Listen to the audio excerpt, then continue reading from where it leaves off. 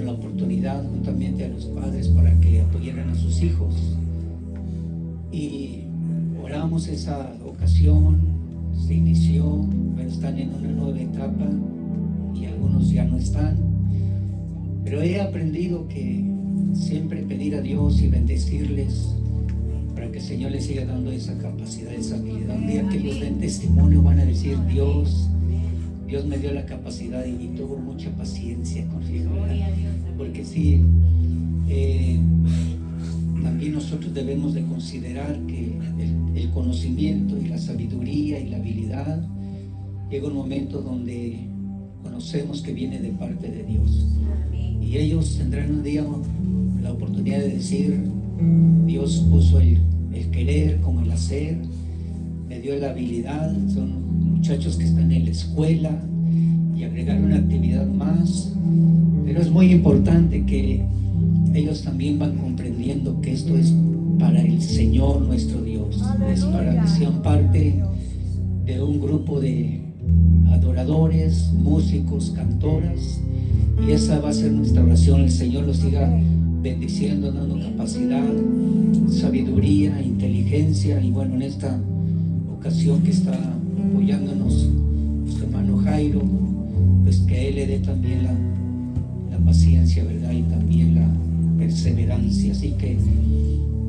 quiero que levante sus manos hacia acá. Todos juntos le decimos, primeramente, levante su corazón a Dios y dígale: Padre, te damos gracias que nos concedes también contemplar el inicio, el desarrollo, Señor, de estos niños, de esta jovencita, que tienen ese deseo y tienen la oportunidad de aprender un instrumento musical y ser instrumentos tuyos también, para que ellos puedan participar y colaborar en lo que es la expresión de alabanza, en lo que es la expresión de cantos que edifican a la iglesia.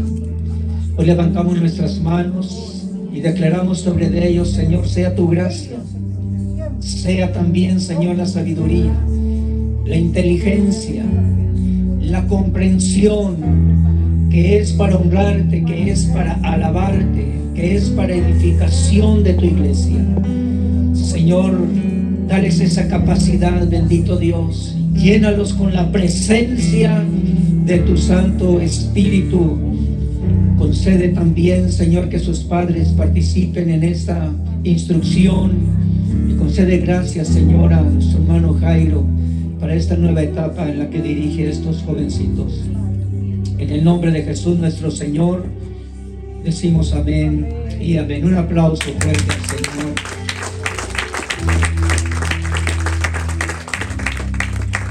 Tome su asiento, usted que está de pie. En nuestras reuniones como iglesia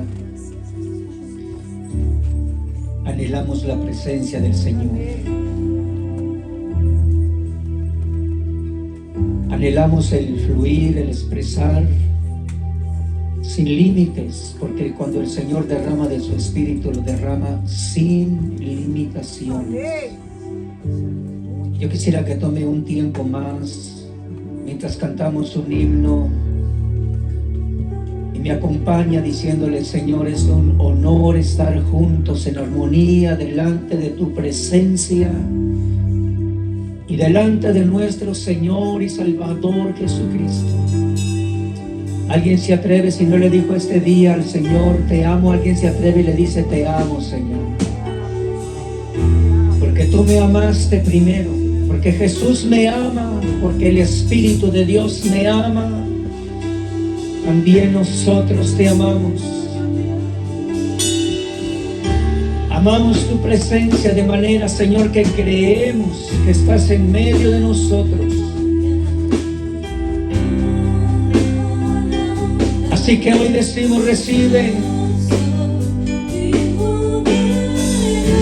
Recibe, Hijo de Dios, toda la gloria, toda la honra. Precioso Hijo de Dios, recibe toda la gloria, toda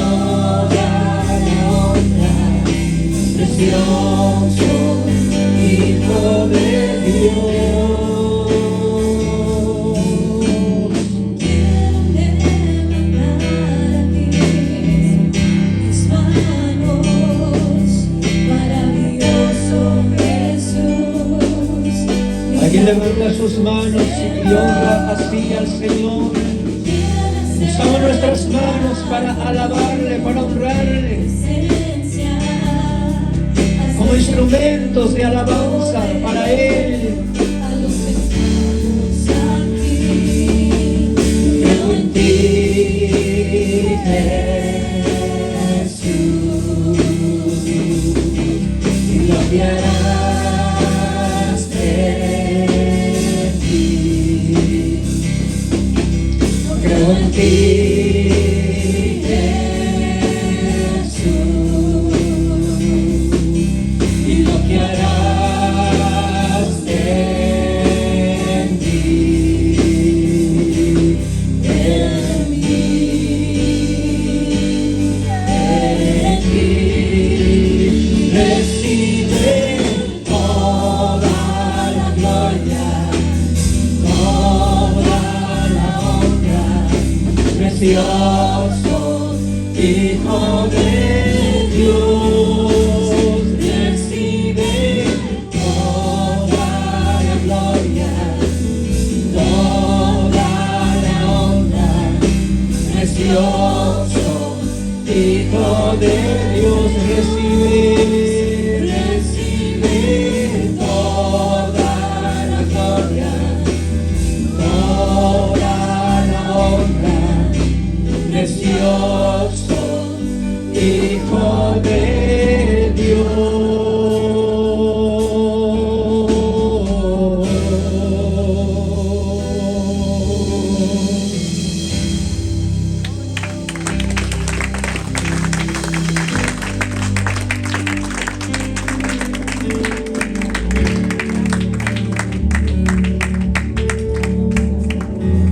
Santo Dios,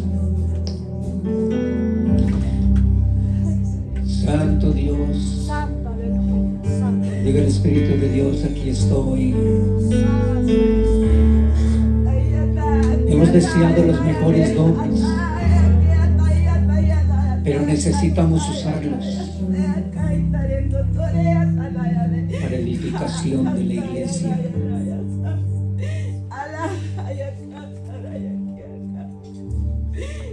Hemos deseado ser vasos útiles en la casa del Señor.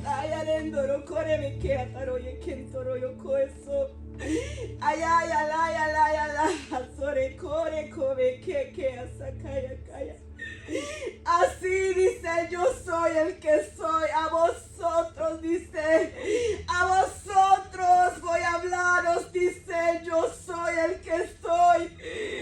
Escucha lo que voy a decirte, dice, yo soy el que soy. He aquí la vaya calla lo etoroso, royo, core, coste kendere calla. Arrabaya lo solo y el soy, el oso, soyo. Yo os he dicho, dice, yo soy el que soy, que celoso soy yo, celoso soy yo, que celoso soy yo, dice, yo soy el que soy. Arralaya, core, de Kentaraya, y Ramaya lole de lejazo contra rocoele. Aramasu turushe kume contribikut kusmikima kubi. Hamato rombele hebeka. Sorry me.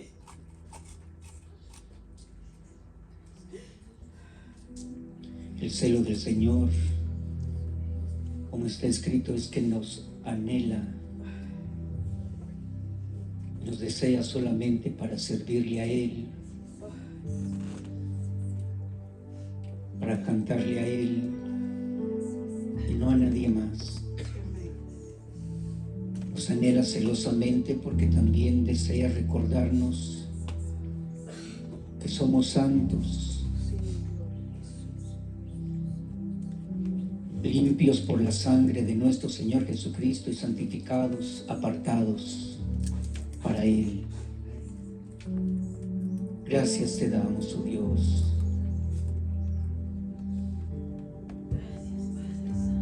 Gracias te damos. ¿Alguien le da un aplauso más al Señor?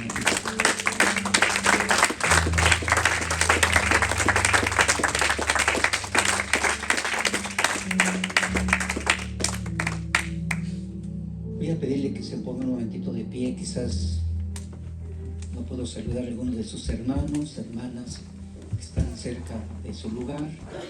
Tome un tiempo, salude con alegría, exprésele también ese gozo. Recuerde que es bueno habitar los hermanos juntos. Y una de las cosas que en este tiempo, debido a las señales que estamos contemplando y los acontecimientos que ya desde hace algunos meses han estado sucediendo, nos indican, nos confirman que hay cosas que en el lenguaje de la profecía, en los eventos que deben de suceder en estos tiempos, y aunque en diferentes lugares hay diferentes señales, pero las señales que nosotros estamos contemplando ahora están cercas y también las estamos comprendiendo porque se contempla una actividad donde se habla otra vez de un orden mundial. Cuando se habla del orden mundial, la Biblia nos habla de la ansiedad, la desesperación, aunque lo presentan los medios de comunicación como una necesidad de que se establezca un orden mundial, y bíblicamente se nos anuncia como un evento que se va desarrollando poco a poco. ¿Qué significa el orden mundial? Bueno, tiene algunos significados diferentes, pero hace ya en diferentes periodos de gobierno aquí en Estados Unidos y en otras naciones se habla de una necesidad de establecer un gobierno mundial porque ninguno de los sistemas establecidos en las naciones para contemplar no solamente las necesidades, sino también para dar promesas de auxiliar y de proveer las cosas necesarias a las personas en las naciones, no está funcionando, no ha funcionado, y se menciona otra vez en este periodo, otra vez la necesidad de un orden mundial. Todavía medio desorganizado, pero sí de una a otra nación buscando un acercamiento, buscando una unidad, mientras hay rechazo de parte de algunas naciones para con otras. También se buscan estrategias o formas de no quedar solos, de no quedar aislados, sino de unirse con otras naciones donde se pueda compartir los recursos materiales y así establecer una forma de gobierno donde la necesidad de las personas se pueda también suplir y atender. Recursos de salud, recursos de alimentos, recursos en los que pueda haber paz, pueda haber seguridad en los habitantes de las naciones. Pero mientras más contemplamos el anhelo de ciertos sistemas de gobierno, observamos también la confusión, la desesperación y el deseo intenso de las personas para que se estableciera ya un sistema que pueda atender las necesidades materiales, físicas en las naciones, y eso es lo que todavía está ocurriendo y se está mencionando. No es nuevo para algunos de nosotros, hemos escuchado ya en años anteriores acerca de esa intención, de ese deseo. ¿Qué quiere decir esto? Que cuando en la Escritura vemos las palabras del Señor Jesús, hasta en el libro de Apocalipsis, los apóstoles hablaron de algunos otros acontecimientos. También la iglesia debe de ir estando preparada. Y una de las cosas que en la profecía, que se interpreta como eventos, acontecimientos, cosas que están sucediendo y las que van a suceder, quiero que me acompañe otra vez en el libro de Apocalipsis, porque estamos interesados en entender, en el poder también aprender, el poder guardar estas cosas que son importantes para nosotros. Mientras En el mundo secular se habla de una solución general para los habitantes de la tierra y se ha visto imposible, incapaz. El hombre natural no tiene tampoco la capacidad para tratar con las necesidades en las personas mundialmente. Pero ¿qué sucede en medio de todo eso?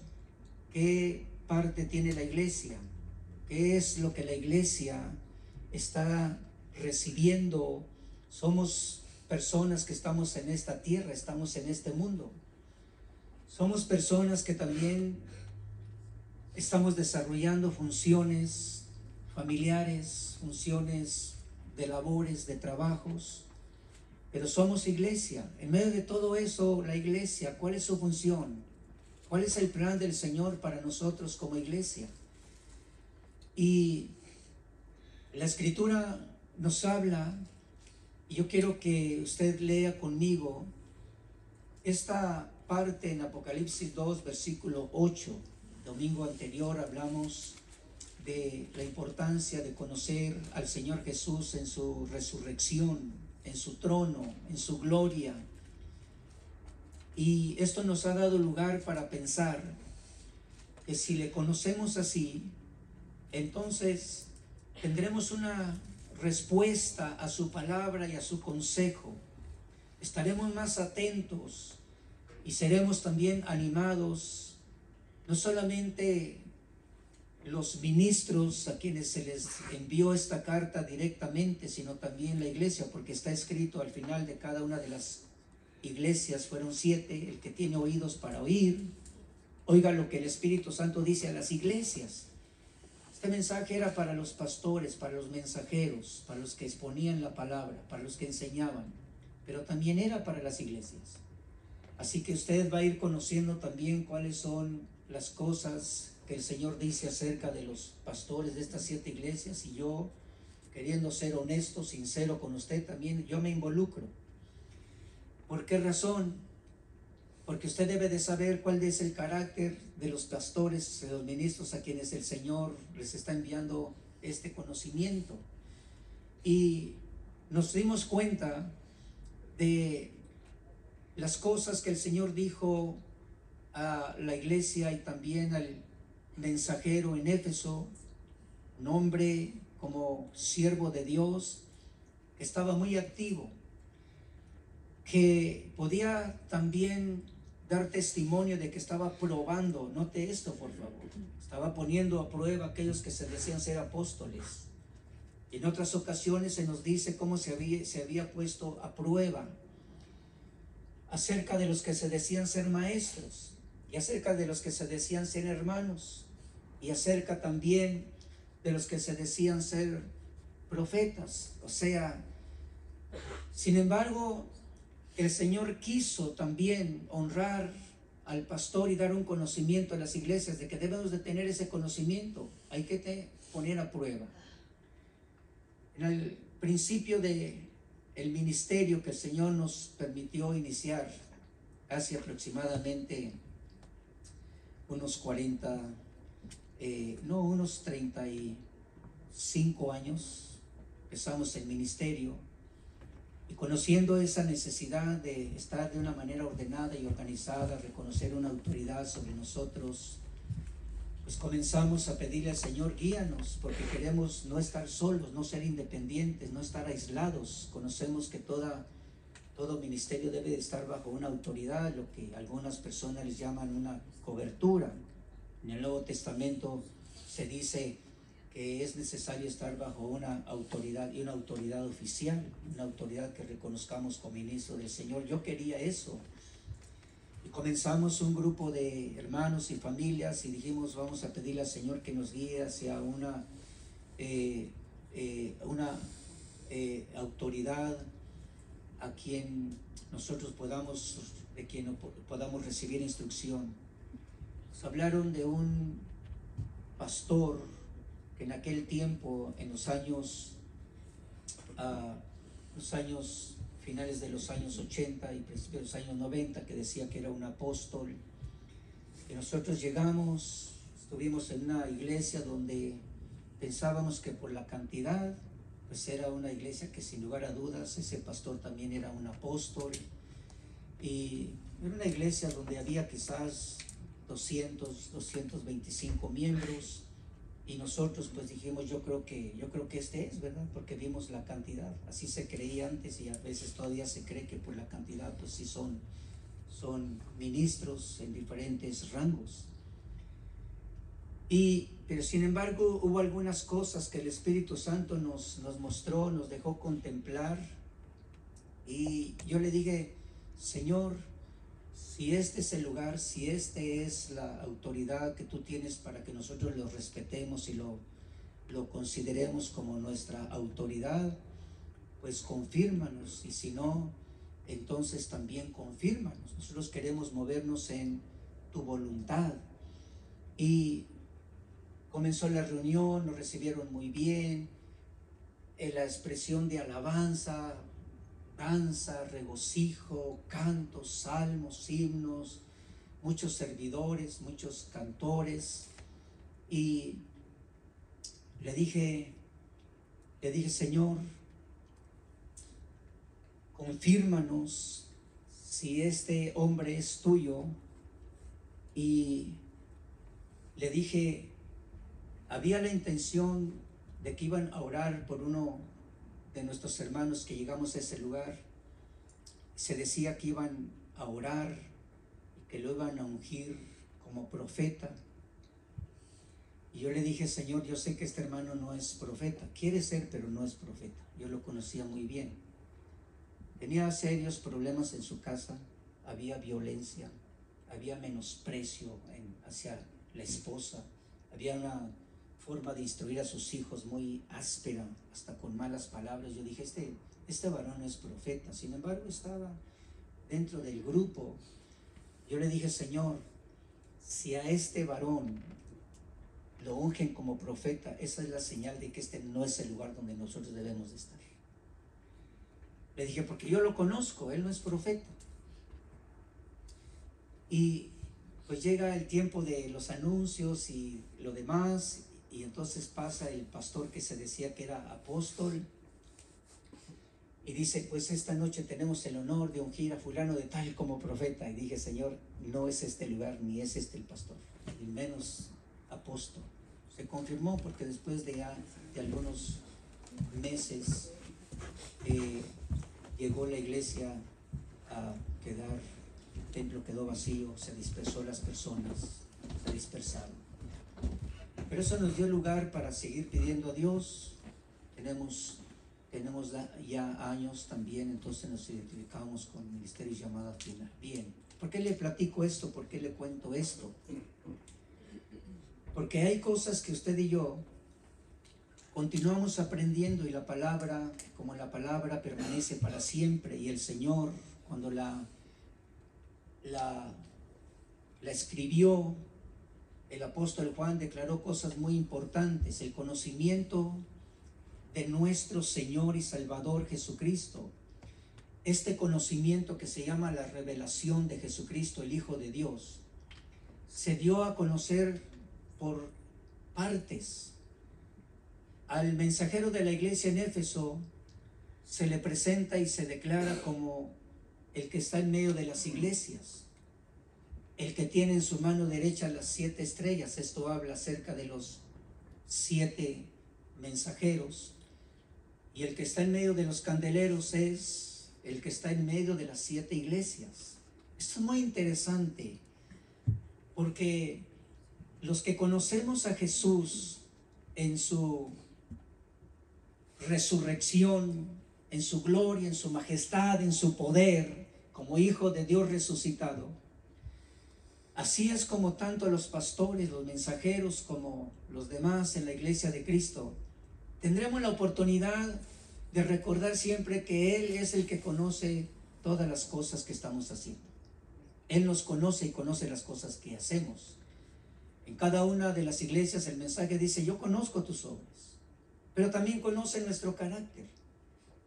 Aunque esto es muy claro y muy directo, también nosotros tenemos que ser muy honestos con los miembros de la iglesia, porque esto le va a dar lugar a usted que en los últimos tiempos usted pueda distinguir, como está escrito en el libro del profeta Malaquías, en los últimos tiempos se conocerán quiénes son los que sirven a Dios y quiénes son los que no sirven.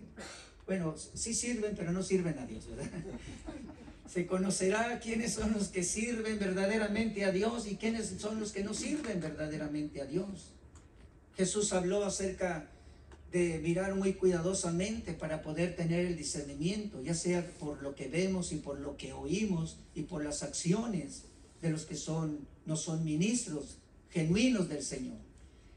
Y en las cartas de los apóstoles siempre se mencionó los hermanos que no habían desarrollado su carácter, sino que continuaban actuando en su humana naturaleza y cometían errores, pero tenemos la oportunidad cuando cometemos errores de confesar nuestros errores, creer que el Señor nos perdona, nos limpia con la sangre de Cristo, no quedamos como condenados, no quedamos como ya perdidos, sino que el Señor nos perdona y nos limpia, y Él continúa haciendo esa obra en nuestra vida para que se vaya formando el carácter de nuestro Señor Jesucristo. Eso es muy alentador, porque si no fuera así, un error, una falta, un pensamiento equivocado nos daría lugar a decir: es imposible estar en la iglesia, nos sentimos culpables y condenados, y Dios nos conoce, pero permite que pasemos por diferentes etapas, que pasemos por diferentes edades, que pasemos por diferentes experiencias, diferentes jornadas, y en esas jornadas Dios no solamente nos está dirigiendo, sino que Él lo permite para conocer cuál es la manera en que respondemos, y si respondemos, si lo hacemos en obediencia al consejo que nos ha dado, o nosotros, quizás como la nación de Israel, estamos expresando que hay mucho todavía de lo que es este mundo. Para darle un ejemplo, usted recuerda que Moisés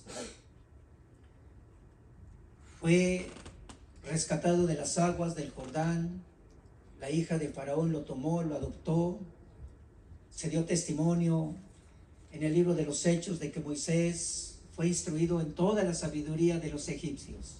Ese hombre fue intelectualmente muy preparado, no sé de cuántas profesiones se graduó. Dice la Escritura que era poderoso en palabra y era poderoso en obras en Egipto. Así que ese hombre estaba lleno de lo que era el conocimiento y la ciencia y las cosas de los egipcios. Algunos comentaristas dicen que incluso Moisés era uno de los que dirigían los ejércitos de los egipcios en ciertos periodos de batallas. Era muy inteligente, estaba bien preparado.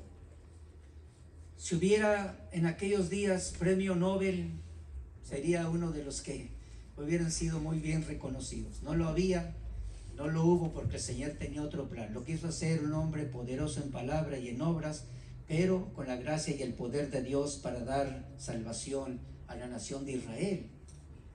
Pero ¿por qué lo menciono? Porque en ocasiones esto pudiera ocurrir también en medio de hombres, de personas en las asambleas. Lo que el Señor dio a conocer es para que nosotros tengamos el ánimo en las cosas que Él conoce de nuestra vida, y que ya puede llegar un momento a decir: tengo contra ti.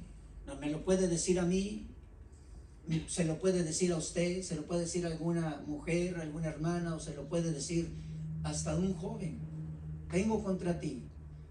Esto quiere decir una conducta de oposición, una conducta en desacuerdo, pero también da la solución, y la solución es: arrepiéntete.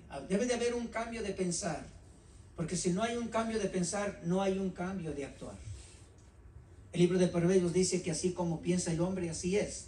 Bien, pero además de esto, ya leímos que en cada una de las cartas también el Señor dice que el arrepentimiento es para quedar en una preparación de poder vencer lo que el Señor tiene contra nosotros. Entonces la manera de vencer es, primero hay un arrepentimiento. Debe de haber una respuesta de obediencia, de sumisión, e impresionados que el Señor tiene ese cuidado de nosotros. Nos quiere que nosotros distingamos las cosas que nos han estado deteniendo, accionando incorrectamente, pero quiere que nosotros venzamos, conquistemos, sometemos esas cosas. Y también el Señor nos anima y nos alienta diciendo: y a los vencedores les daré también su recompensa. Para sellar el mensaje está escrito: el que tiene oídos para oír, oiga lo que el Espíritu Santo dice a las iglesias. Mire qué impresionante. El Señor preparando a su iglesia, a su amada. El Señor hablándole a su amada, a su iglesia. El Señor dando también las instrucciones. Puedo usar esta expresión, las instrucciones que aún necesitamos para llegar, como dice la Escritura, en 2 iglesias. Una de ellas, al mensajero y a la iglesia de Sardis, dice que ahí solamente había unos pocos que no habían manchado sus vestiduras. O sea, ellos ya estaban preparados. Si en ese momento el Señor hubiera descendido, había pocos en la iglesia de Sardis. Ya estaban con sus vestiduras blancas, limpias. La iglesia de Filadelfia era una iglesia donde ya estaban preparados. Ellos habían avanzado. Ellos habían entendido lo que el Señor les dijo: ten cuidado, retén lo que tienes para que nadie te quite tu corona. La venida del Señor está relacionada con el tiempo de la recompensa. Esto me hace entender que debemos nosotros de conocer a Jesús en el poder de su resurrección. Ya glorificado, ya resucitado. Y lea conmigo, por favor, entonces, en el versículo 8, dice: escribe el ángel de la iglesia en Esmirna, y note usted la revelación de Jesucristo. El primero y el último, el que estuvo muerto y ha vuelto a la vida. Es un hecho que se confirma que sí murió, pero también resucitó. ¿Cuántos dicen gloria a Dios? Amén. Y es en esa resurrección donde dice el primero y el último. ¿Qué significa esto para usted y para mí? Porque es el comienzo que nos puede abrir nuestro entendimiento y animar para poder entender lo que sigue. Les repito, si nosotros como ministros, me estoy involucrando a mí, pero también si usted como iglesia, porque también esto lo confirma el Espíritu Santo a la iglesia, así que usted y yo también debemos de saber. ¿Qué significa que la revelación de Jesucristo al mensajero de esta iglesia dice: yo soy el primero y el último, el que estuvo muerto y volvió a la vida? Bueno, es interesante y es fundamento, es base sólida para usted y para mí creer que Jesucristo murió. Murió porque con su muerte estaba pagando el precio para la salvación de los que hemos creído en Él. Pero también, cuando dice el primero y el último de otra manera, se menciona también en el libro de Apocalipsis como el alfa y la omega. ¿Usted ha escuchado eso? El alfa y la omega, que es la primera letra del abecedario del lenguaje griego, y la omega, que es la última letra del diccionario griego. Es como decir, es el A y es la Z, ¿verdad? Bueno, para que no nos quedemos muy atrás, el abecedario castellano, el A y la Z. Muy bien, es como decir, es la A y la Z, es el alfa y la omega. Y que se traduce, es el primero y el último. La primera letra, la primera, el alfa, la última, omega. Así que entonces se dice el primero y el último. ¿Pero qué significa eso? ¿De qué manera puede influenciar, afectar mi vida para bien? Para que después el mensaje yo lo tome en cuenta y no que quede nada más como una expresión y sin entendimiento. La revelación de Jesucristo es importante para poder entender qué es lo que sucede. Porque Él dice: yo soy el primero y el último. El primero y el último se describe como el inicio de un plan, de un consejo, de un diseño, de una jornada, de un periodo de tiempo el principio, pero nos habla también de la manera en que se va desarrollando hasta que llega al final. Eso usted tiene la idea de muchas maneras. Cuando usted se prepara para ir a su trabajo, usted inicia la salida de algún lugar. Pero usted sabe que hay un desarrollo, hay un camino, hay una distancia, hay un tiempo, hay situaciones con las cuales usted necesita a veces batallar. Si usted maneja o si usted va en el autobús o si va caminando, todo tiene un inicio, pero también tiene un desarrollo, donde hay acontecimientos, hay personas, a veces hay peligros, a veces el tráfico, por decir, pero ya llega el momento donde usted llega al final, al objetivo, hacia donde usted se dirigía. La revelación de nuestro Señor Jesucristo es, Él es el que da inicio a todas las cosas, no es el hombre, aunque el hombre puede comenzar a desarrollar cosas, ideas, propósitos, pero muchas de esas veces, a veces empieza, pero no la desarrolla y a veces no llega al final. Algunos lo hacen porque tienen propósitos como parte de su vida, como parte de su preparación, como parte de su educación, como parte de lo que es un negocio. Lo que aquí estamos observando es saber que Dios por medio de su Hijo Jesucristo es el que comienza eventos en tu vida, los desarrolla mientras estamos nosotros también caminando en ese desarrollo y va a llegar a un final. Qué interesante, ¿por qué esta revelación al pastor y a la iglesia? Y lo vamos a entender. Primero, dice, yo conozco, ya confirmamos que en cada iglesia y cada mensajero, la revelación de nuestro Señor Jesucristo, yo conozco tu tribulación, yo conozco tu pobreza, pero tú eres rico. También, yo conozco la blasfemia de los que se dicen ser judíos y no lo son, sino que son sinagoga o asamblea de Satanás. En segundo lugar, la Biblia enseña y dice, Él nos conoce. Él conoce cuando estamos en necesidades. Él conoce cuando estamos enfermos. Él conoce cuando estamos en problemas. ¿Sabe usted lo que significa problema? El problema es una situación que no es muy fácil de solucionar. Por eso es un problema. Es complicado. Y a veces uno interpreta que es difícil. Lo hacemos porque en ocasiones eso es lo que nosotros nos enseñaron. Yo no puedo más con estos problemas. A veces quizás algunos de ustedes o quizás a mí me dijeron, es que tú eres el problema. Todo estaría diferente, pero tú eres el problema. Entonces, a veces nos enseñan acerca de las cosas y va quedando en nuestra conciencia y así es como nosotros hablamos. Es que tengo un problema. Bueno, pero ¿qué va a hacer? No, pues es un problema. ¿No tiene solución? No, no creo que tenga solución. Si es un problema ocasionado por ciertas cosas, claramente que hay una solución. Cuando el Señor dice, yo conozco tu problema, no le está diciendo, conozco tu problema, te vas a quedar con tu problema, yo nada más conozco que estás en problemas, pero yo estoy ausente. No, yo conozco tu problema. Yo sé cuándo comenzó tu tribulación. Yo sé cuándo comenzó esa condición de pobreza material. Pero yo lo he permitido porque yo soy el principio, el que permite que se dé comienzo a una situación. Pero estoy contigo mientras se está desarrollando todo este problema, tribulación. Lo interesante aquí es que usted se da cuenta que Jesús habla muy directamente, habla también la verdad, y pudiéramos decir también Jesús en muchas ocasiones no va a andar con rodeos. Nos enfrenta de esta manera porque es saludable.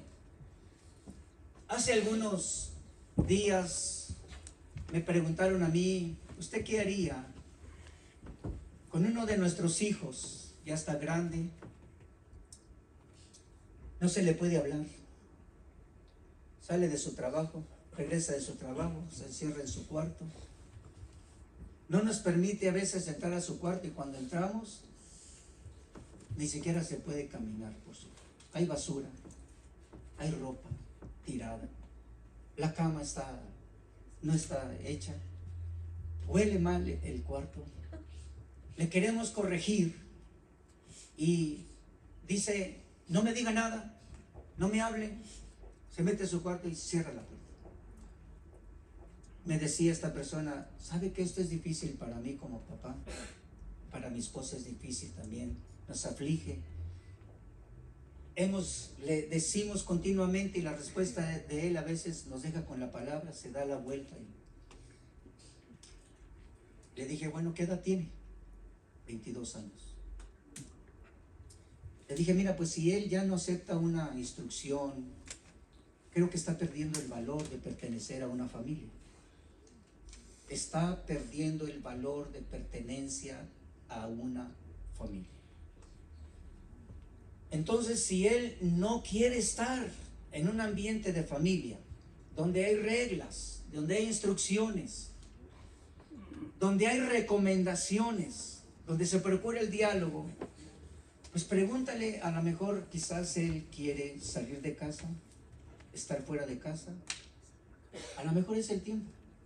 Pregúntale si él no se siente cómodo en un ambiente familiar, pues pregúntale si ya él tiene el deseo de salir y que salga. Asegúrate de que no vaya a irse con la idea de que tú lo corriste. Nada más demuestra, habla del valor familiar, y si a él no le gusta ese valor familiar, entonces que salga. El día que él reflexione, que se dé cuenta que es muy diferente estar fuera de casa y que quiera regresar, recíbalo.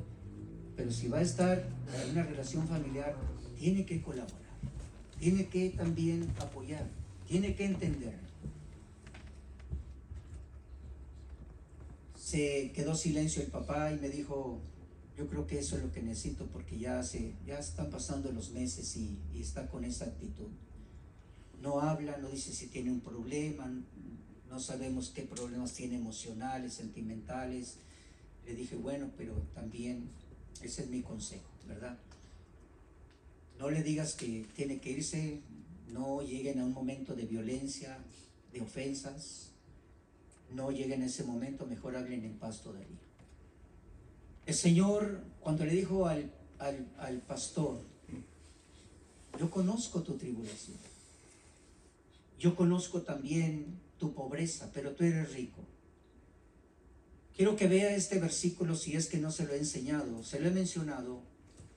Este versículo que a mí me ha transformado, que a mí me agregó sabiduría y me dio un crecimiento en mi ser interior, en el hombre que está siendo formado a la imagen de Cristo.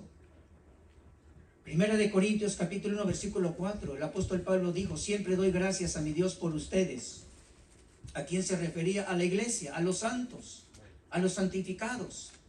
Santos porque fueron limpiados, y también nosotros con la sangre de Cristo, y a los santificados porque fuimos apartados en Cristo Jesús. Siempre doy gracias a mi Dios por ustedes, por la gracia de Dios que les fue dada en Cristo Jesús. Lea su Biblia, levante su voz, ayúdeme. ¿Por qué Pablo era agradecido? Y le atribuía a Dios el agradecimiento, primero por la gracia que fue dada en Cristo Jesús. ¿Qué significa esa gracia? Porque en todo fuiste enriquecidos en Él, en toda palabra y en todo conocimiento, como en el testimonio acerca de Cristo fue confirmado en ustedes. De manera que no les falta ningún don.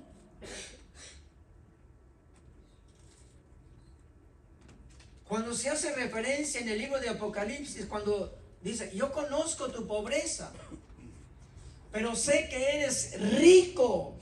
¿Cómo una persona puede ser necesitada, pero al mismo tiempo puede ser rica? Porque hay una riqueza material y hay una riqueza espiritual.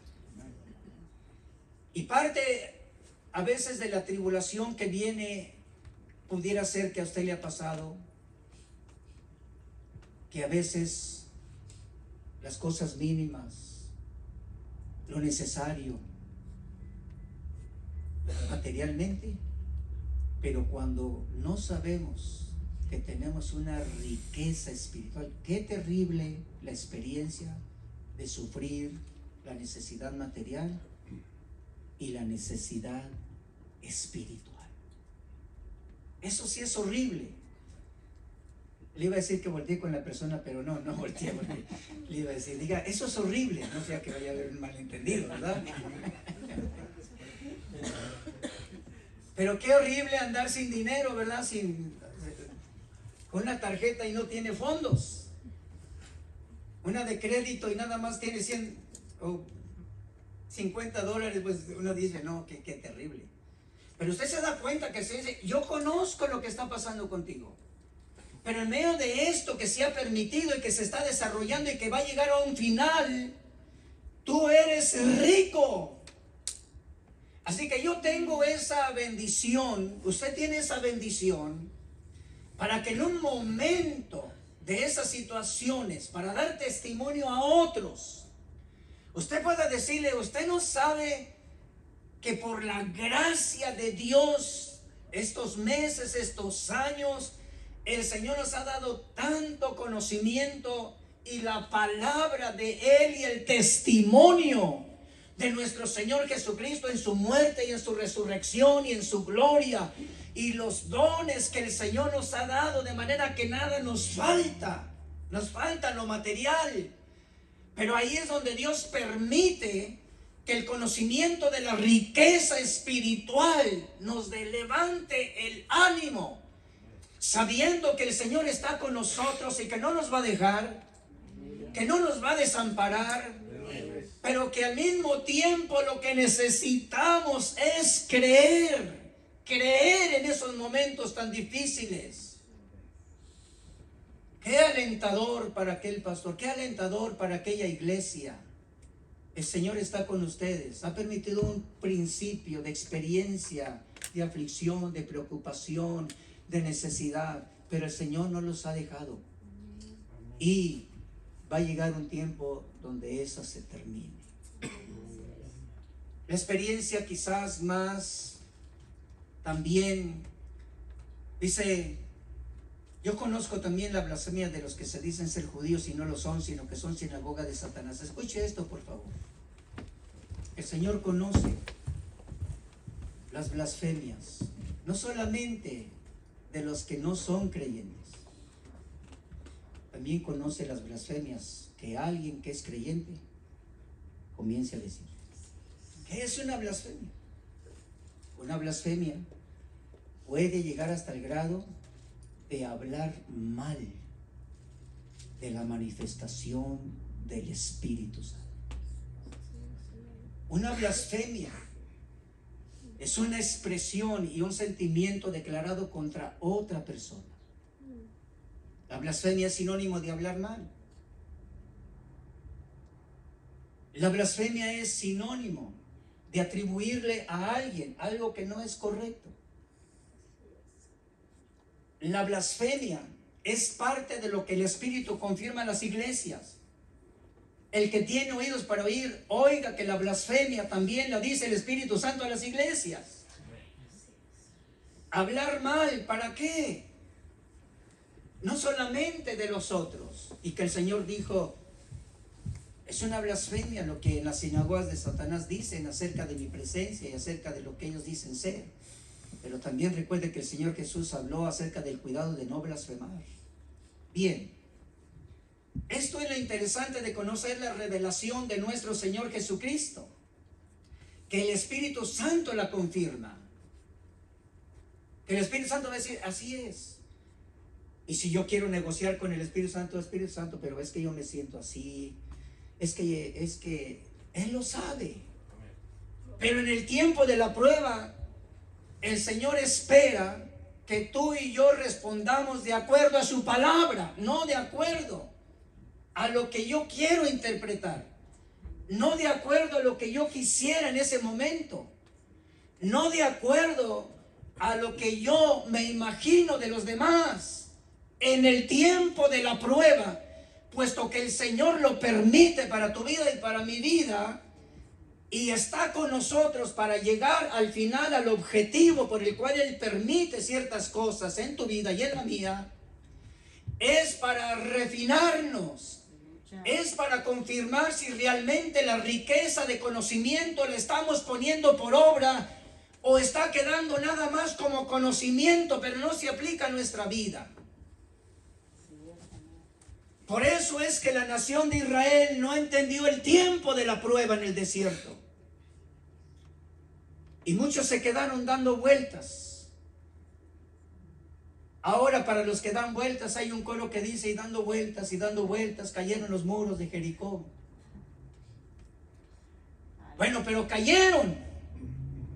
Pero si estamos dando vueltas y el conocimiento y la sabiduría por la gracia de Dios no la puedo poner en obras, mucha gente en el desierto, cuando Dios los quiso probar, en su corazón se volvieron atrás, no creyeron. Por eso en estos momentos tan difíciles, creo en la palabra del Señor, creo en el Señor o no lo creo. Esos momentos tan difíciles en esta iglesia, en este pastor, dijo: no temas por lo que vas a sufrir, el diablo echará a algunos de ustedes en la cárcel para que sean probados. ¿Sabe usted que hay pruebas provocadas por el diablo? Bueno, aquí está. Algunos de ustedes van a ser probados, le dijeron a aquella iglesia. Miren, no volteo para allá porque aquellos de aquella iglesia, y algunos de ustedes van a ser probados, van a ser echados a la cárcel.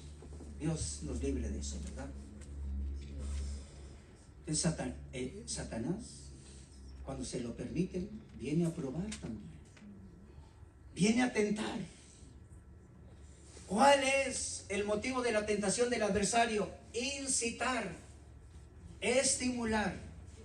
Yo había pensado, porque había escuchado, sí, y creo que sí, Satanás va a estimular mis sentidos y los sentidos de aquellos a quienes Dios les permita la tentación. Satanás va a estimular los sentidos. Lo que veo, lo que escucho, lo que pruebo, lo que palpo. Pero venía meditando hoy en el camino, porque hay mucho tráfico, así que yo procuro no perder el tiempo. Y venía pensando, y el Espíritu me habló y dijo: no solamente son los sentidos, son los deseos, son las pasiones, las que Satanás sabe que te las puede tentar, porque lo has mostrado. Todos tenemos deseos, pero usted puede pensar, por ejemplo, que ¿alguien aquí desea todavía una casa, por decir algo? ¿Comprar una casa? Muy bien. ¿Es pecado? No, es un deseo. Pero ¿qué tal si usted desea comprar una casa y no califica? Entonces Satanás va a venir y le va a decir: mira, tú puedes calificar. Aquí nada más cambiamos parte de los documentos y de la información. Y ahí está la tentación a la pasión, al deseo. Jesús no solamente fue probado porque tenía hambre. Satanás estimuló e incitó ese deseo, no solamente sus sentidos. Los sentidos los dirigió por la palabra a las piedras, pero la palabra de Satanás estaba dirigida a llegar a la pasión, al deseo del Señor en su necesidad. Y Jesús le dijo, fíjese cómo lo detuvo: está escrito, no solo de pan vive el hombre, sino de toda palabra que sale de la boca de Dios. ¿Ya entendimos? No es solamente los sentidos, es la pasión. Por eso Santiago dijo, hay otra clase de tentaciones. Dios no puede ser tentado. Dios no va a tentar a ninguno con el mal. Dios no puede ser tentado por el mal, y Dios no va a tentar a alguno con el mal. Dios permite la prueba, Dios permite la tentación, pero no porque nos quiere hacer mal.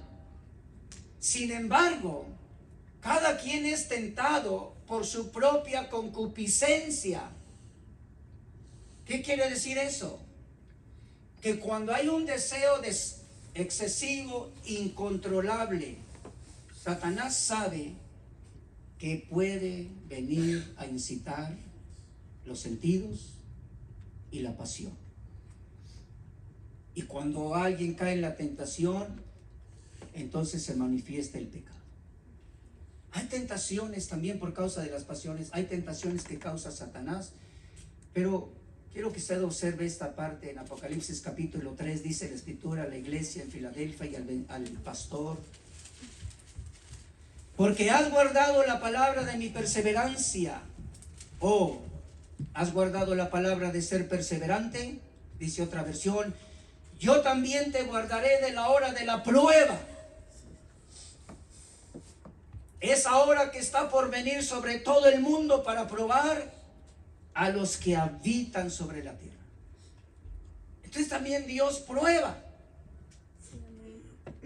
Nunca para hacer mal a sus hijos. Pero ¿por qué va a probar a la tierra? Ahí viene la gran tribulación. Dios va a probar para hacer conocer lo que hay en el corazón de este mundo y de la gente de este mundo que piensan que están bien, que no necesitan a Dios, que no necesitan a Jesucristo, que están en contra de Él. Y Dios dice, va a venir una prueba y se van a dar cuenta lo que son ante situaciones de gran tribulación. ¿Dios es malo? No. Pero entonces estamos entendiendo esta clase de pruebas. Cada una de ellas tiene su principio cuando es en Cristo, tiene su tiempo de desarrollo y tiene su final. Yo quisiera que ya todo esto se acabara, que el Señor viniera, hermanos, pero el Señor tiene otro plan diferente al mío y al suyo también. No sé si le damos un aplauso al Señor. Yo a veces sí quisiera, ¿verdad? Y bueno, y dicen, hermano, y su esposa, pues es que mi esposa se va a ir conmigo, ¿verdad? Bueno, a algunos no les causa mucha regocijo, pero pues es hija de Dios, ¿verdad? Bueno, quiero terminar diciéndole lo siguiente.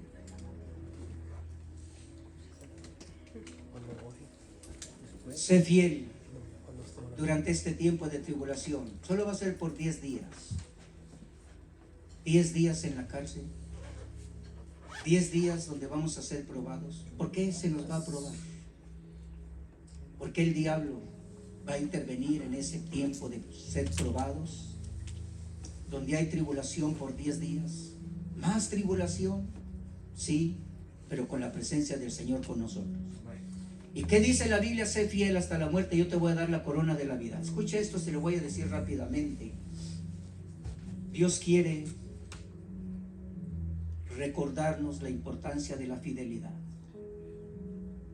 Vas a ser probado. Va a haber tiempo de dolor, de angustia.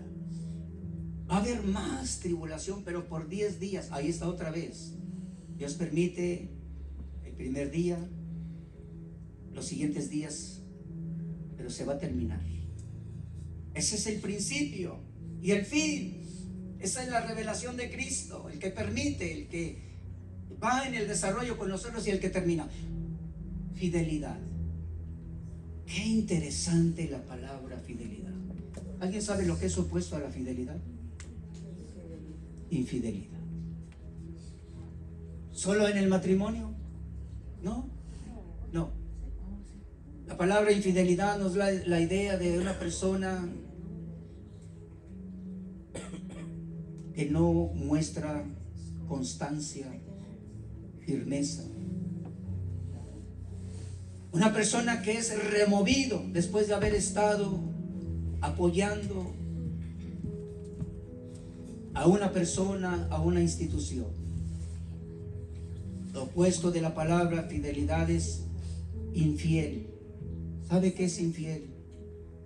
Que no es sumiso a una autoridad superior o a un grupo o a una causa. Por eso se habla de la infidelidad hacia el Señor nuestro Dios y hacia el Señor Jesús.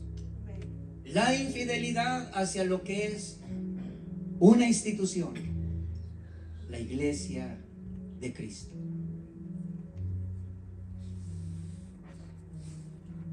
Hace algunos días una persona dijo, quisiera que me dé una carta de recomendación, me voy. Le dije, si te doy una carta de recomendación, tengo que escribir lo infiel que has sido. ¿Y qué cree? Que me felicitaron. Pero yo estoy aprendiendo del Señor Jesús. hablar la verdad.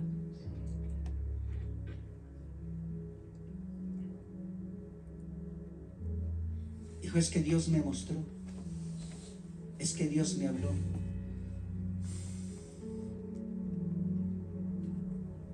Le dije, qué falta de respeto a la autoridad. A la autoridad.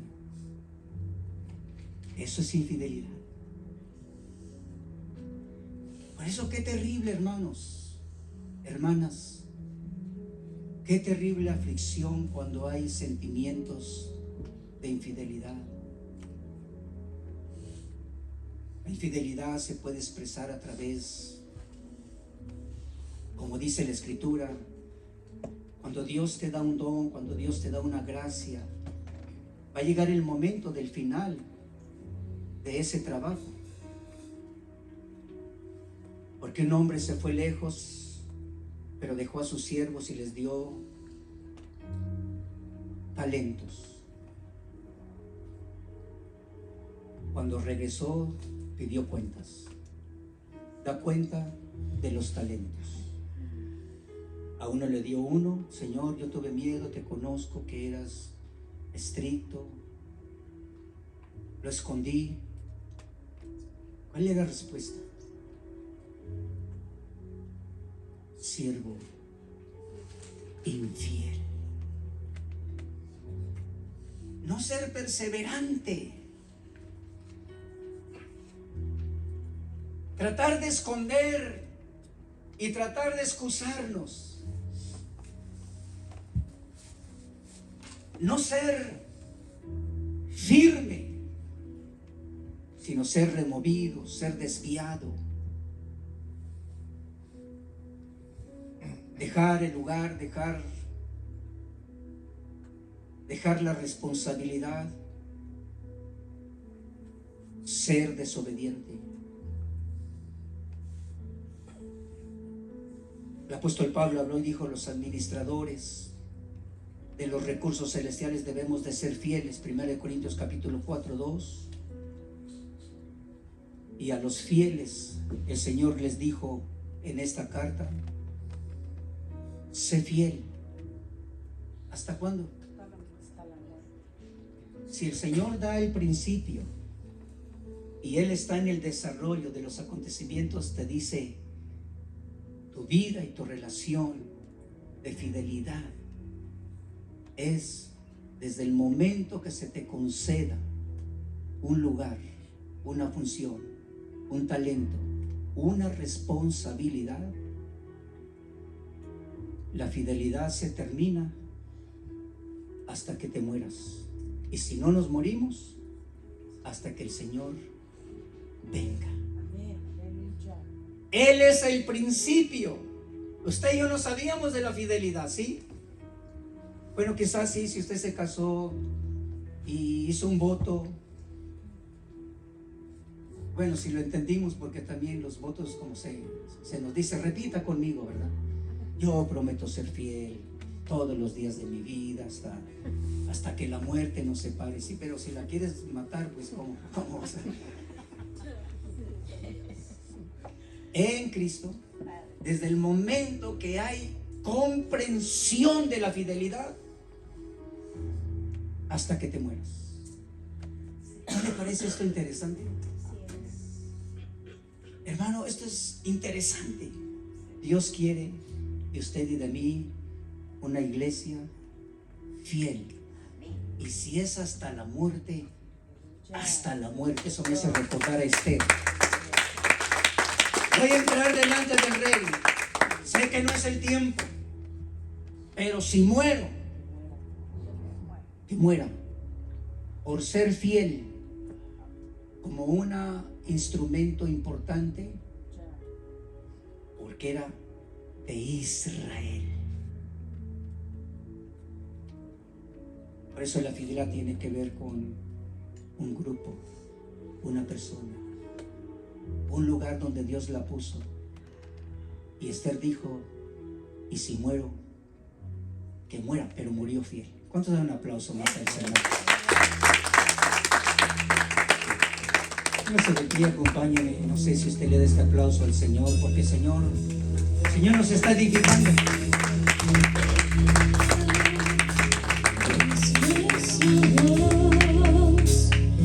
Todos verán cuán grande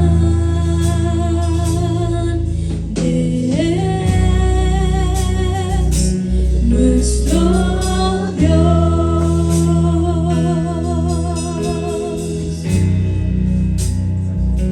Tu nombre es Sobre todo, Esa es la revelación de Jesús para su iglesia.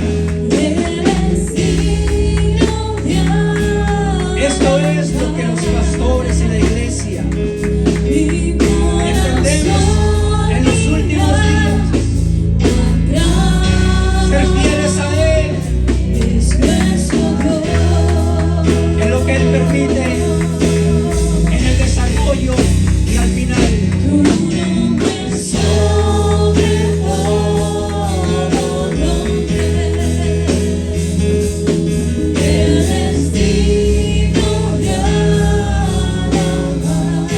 Mi corazón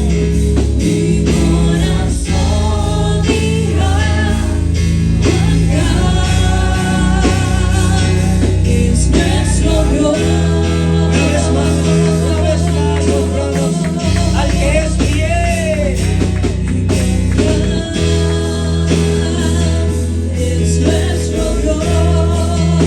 Fiel y verdadero.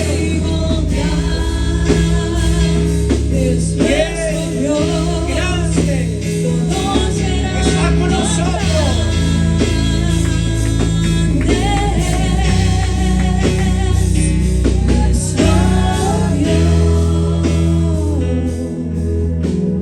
¿Quieres tener ese aplauso? Le dice: Señor, me haces entender y conocer más de lo que pienso, pero me da fuerzas, me da firmeza, me da valor, me desafía. Padre, te damos gracias por el testimonio de Cristo Jesús resucitado y su relación cercana con nosotros a través de tu palabra y a través de tu Espíritu Santo. Concédenos, Señor, que esta palabra nos enriquezca y que dé mucho fruto para tu gloria y para tu honra. ¿Cuántos dicen amén? Amén. Amén. A ver, ¿cuántos dicen con alegría amén y amén? Bueno, para despedirnos queremos anunciarle, hoy tenemos la actividad de venta de alimentos. Recuerde que esto es para el fondo de ayuda, de apoyo a hermanos pastores que están necesitados por diferentes proyectos o por diferentes necesidades. Es una forma de apoyar, lo hacemos juntamente con la iglesia de Commerce y apoyamos así a algunos pastores, en ocasiones pues aquí algunos de nuestros hermanos que nos damos cuenta de que hay esa necesidad. Así que hoy puede usted colaborar. Si no puede quedarse, pida para llevar, así también usted colabora y así también tenemos esa alegría de poder apoyar en la necesidad de nuestros hermanos. Señor nuestro Dios, le lleve con bien esta noche. El Señor le haga recordar esta gracia maravillosa, estas riquezas, le dé descanso el día de mañana, nuevas fuerzas, bendiga su salida, su entrada y prospere la obra de sus manos. En el nombre de Jesús decimos amén, amén y amén.